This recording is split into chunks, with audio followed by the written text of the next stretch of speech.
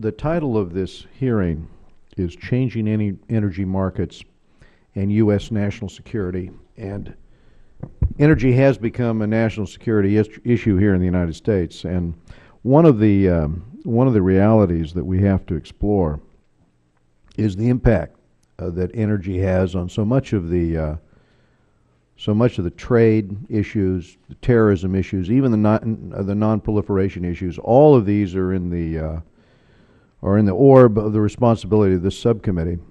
But this week, this House passed sanctions aimed at Iran's energy sector. A nuclear-armed Iran would hugely damage security in the Persian Gulf. It's just a reminder to us of the role played by energy. The reality that the United States is in a competitive situation, competing with China. Energy prices in China are 20% higher than energy prices here in the United States. And yet, the question is, going forward, are we going to be able to access energy at a lower cost, or are we going to foreclose those possibilities?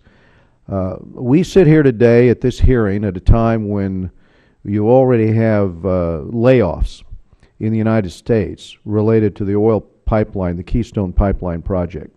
Last week, 60 Americans lost their job as a result of the President's decision not to give the green light and go ahead with the Keystone project. We sit here in the United States today. Some of my colleagues were recently talking to the Canadian embassy here. We saw the reaction of Prime Minister Harper after the President made a decision not to go forward with the Keystone Pipeline. And that reaction was to embrace a long-term strategy of looking to Asia for exports from Canada. We know Hu Jintao has approached and had a meeting with Prime Minister Harper about the idea of having the oil from Alberta shipped not here into the United States, but instead transited to China, to Chinese refineries. And what China seeks here is to reduce its cost of energy. We compete with China. It is going to impact jobs in the United States if energy costs go down in China as a result, and if energy costs go up in the United States. So we have an opportunity. The United States has this opportunity, if you read the financial press, of being a net fuel exporter if we're able to access. North America can do this if we can access the oil sands from Alberta. If we go forward with the Keystone Pipeline, for the first time in 60 years, our country would have the opportunity to be independent of the current circumstances where we depend upon the OPEC cartel, where we shift our dollars, our petrodollars, into that market. And we should ask ourselves, I think, at this point in time, are we better served recirculating those dollars, sending money to an ally, Canada, where 80% of what we spend to Canada, according to economists, are spent back here in the United States, or are we better served foreclosing that option, allowing China and Canada to cement the deal that Hu Jintao is working on, which would allow those resources to go instead to China, and to continue to be dependent on sending our petrodollars into Saudi Arabia and into Venezuela and to other states that are either unreliable or hostile to the United States.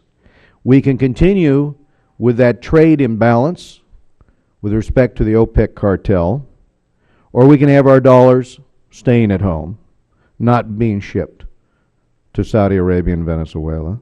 From the standpoint of American jobs, we can create those jobs here, or we can create those jobs in China. That's our decision. And right now, the President's making a decision to lay off Americans. 60 have already been laid off as a result of his decision, and instead have those jobs go to China. You can have American jobs if the U.S. government and state governments will assist. There's a reason why unemployment is under 4% in North Dakota. And that's because of the booming energy sector there. That's because the administration has yet to find a way to shut that down. But not only does that benefit North Dakota, it's also benefiting Pennsylvania and other states.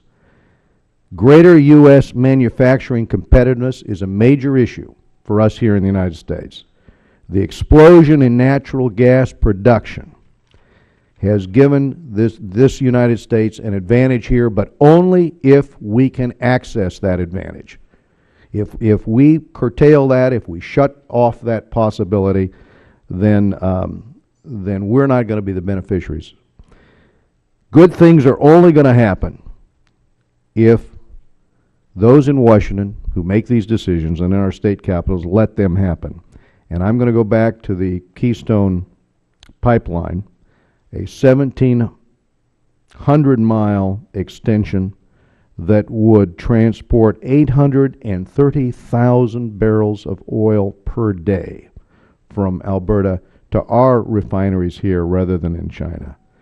By the Chamber's estimate, we know the estimate of 20,000 direct jobs. By the Chamber estimate, it's 200,000 indirect jobs in the United States. And yet, we've faced delay, and now this suggestion of delay until the next election. Well, the Chinese are not waiting. And if the energy isn't piped to Texas refineries and refineries throughout the Midwest, it is going to go instead to China. And I just would conclude with the concept or the argument that Prime Minister Harper made after the administration rejected his decision. He was very disappointed, and he laid out the argument that they would look long range to China and to Asia. And we can only hope President Obama drops his opposition.